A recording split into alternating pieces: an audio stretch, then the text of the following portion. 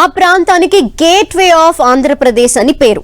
అలాంటి నియోజకవర్గంలో ఇన్ఛార్జిని మార్చేందుకు వైసీపీ రెడీ అయిందా అంటే అవుననే అంటున్నాయి సిక్కోలు పొలిటికల్ సర్కిల్స్. టోటల్ పార్టీకి ట్రీట్మెంట్ మొదలు పెట్టిందా? ఆ సీనియర్ నేతని సైడ్ చేయాలని డిసైడ్ అయిపోయిందా? అదే నిజమైతే ఆయన స్థానంలోకి వచ్చేదెవరు? కీలక నేత కోసం ఫ్యాన్ పార్టీ సర్చింగ్ మొదలు పెట్టేసిందా? నెక్స్ట్ ఎన్నికలు టార్గెట్ గా వైసీపీ వేస్తున్న స్కెచ్ ఏంటి?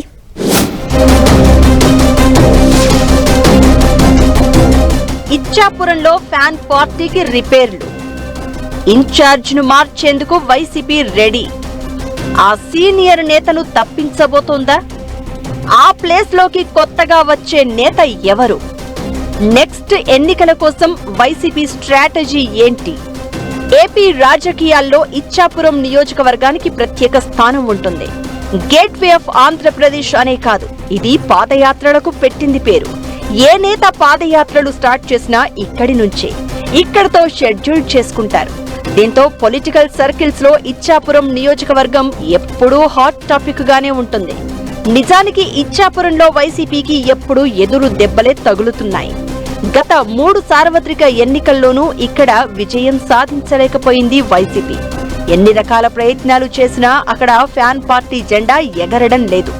అయితే వచ్చే ఎన్నికల్లో ఎట్టి పరిస్థితుల్లోనూ ఈ రికార్డును బ్రేక్ చేయాలని, ఇచ్చాపురం అడ్డాలో పార్టీ జెండా ఎగురవేయాలని వైసీపీ ఫిక్స్ అయింది. దీనికోసం ఎలాంటి మార్పులకైనా రిపేర్లకైనా సిద్ధంగా కనిపిస్తోంది. ఇచ్చాపురంలో టీడీపీ నుంచి బెందాళం అశోక్ కుమార్ హ్యాట్రిక్ ఎమ్మెల్యేగా ఉన్నారు. పార్టీ ఆవిర్భావం నుంచి ఇచ్చాపురం నియోజకవర్గం టీడీపీకి కంచుకోటలా ఉంది. అంతకుముందు కాంగ్రెసేతర అభ్యర్థులే అక్కడ విజయం సాధించారు. అయితే వైసీపీ ఆవిర్భావం తర్వాత కాంగ్రెస్ ఓట్ బ్యాంక్ ఆ పార్టీకి మారింది. అయితే టీడీపీ ఓట్ బ్యాంక్ మాత్రం చెక్కు చెదరలేదు. 2014 ఎన్నికల్లో ఇచ్చాపురంలో వైసీపీ తరపున నర్తు రామారావు బరిలో దిగి ఓడిపోయారు. దీంతో 2019 ఎన్నికల్లో పిరియా సాయిరాజును పోటీకి దింపింది వైసీపీ. అయితే ఆయన కూడా 7,000కు పైగా ఓట్ల తేడాతో ఓడిపోయారు. దీంతో 2024 ఎన్నికల ముందు సాయిరాజును సమన్వయకర్తగా తప్పించిన వైసీపీ ఆ బాధ్యతలను ఆయన సతీమణి పిరియ విజయకు అప్పచెప్పింది. అయినా సరే వైసీపీకి నిరాశే మిగిలింది. 2024 ఎన్నికల్లో 39,000కు పైగా ఓట్ల తేడాతో పిరియ విజయ ఓడిపోయారు. అయితే వచ్చే ఎన్నికల్లో ఎట్టి పరిస్థితుల్లోనూ విజయం సాధించాలనే పట్టుదలతో కనిపిస్తోన్న వైసీపీ కొత్త అభ్యర్థిని బరిలోకి దింపాలని భావిస్తోంది. దీనికోసం క్షేత్రస్థాయిలో కసరత్తులు కూడా మొదలు పెట్టిందని టాక్. సామాజిక వర్గాల వారీగా అన్ని రకాల లెక్కలు పక్కాగా అమలు చేసినా వైసీపీకి గత ఎన్నికల్లో కలిసి రాలేదు. జనాభా పరంగా ఇచ్చాపురం నియోజకవర్గంలో రెడ్డిక సామాజిక వర్గంతో పాటు యాదవ, కాళింగ, అగ్నికుల క్షత్రియ వర్గాల ఓటర్లు ఎక్కువగా ఉన్నారు.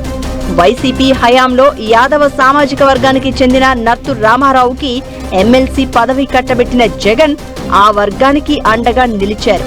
ఇక కాళింగ సామాజిక వర్గానికి చెందిన మాజీ ఎమ్మెల్యే పిరియా సాయిరాజ్ సతీమణి విజయమ్మకి బీసీ కోటా జెడ్పీ చైర్పర్సన్ గా ఛాన్స్ ఇచ్చారు.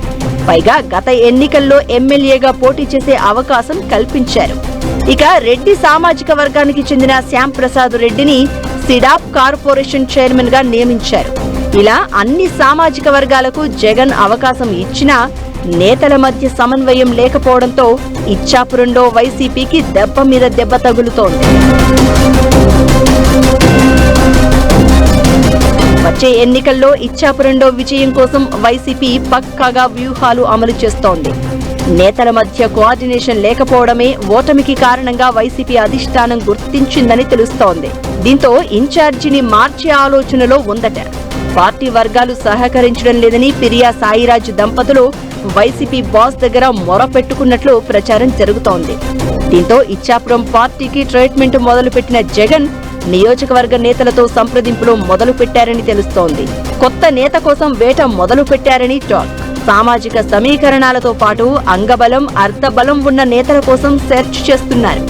ఇప్పటికీ అనేక మంది నేతలు అధిష్టానం ముందు తమకి నియోజకవర్గ బాధ్యతలు ఇవ్వాలి అని అర్జీలు పెట్టుకుంటున్నారని తెలుస్తోంది. మరి అధినేత ఎవరి వైపు మొగ్గు చూపుతారో చూడాలి.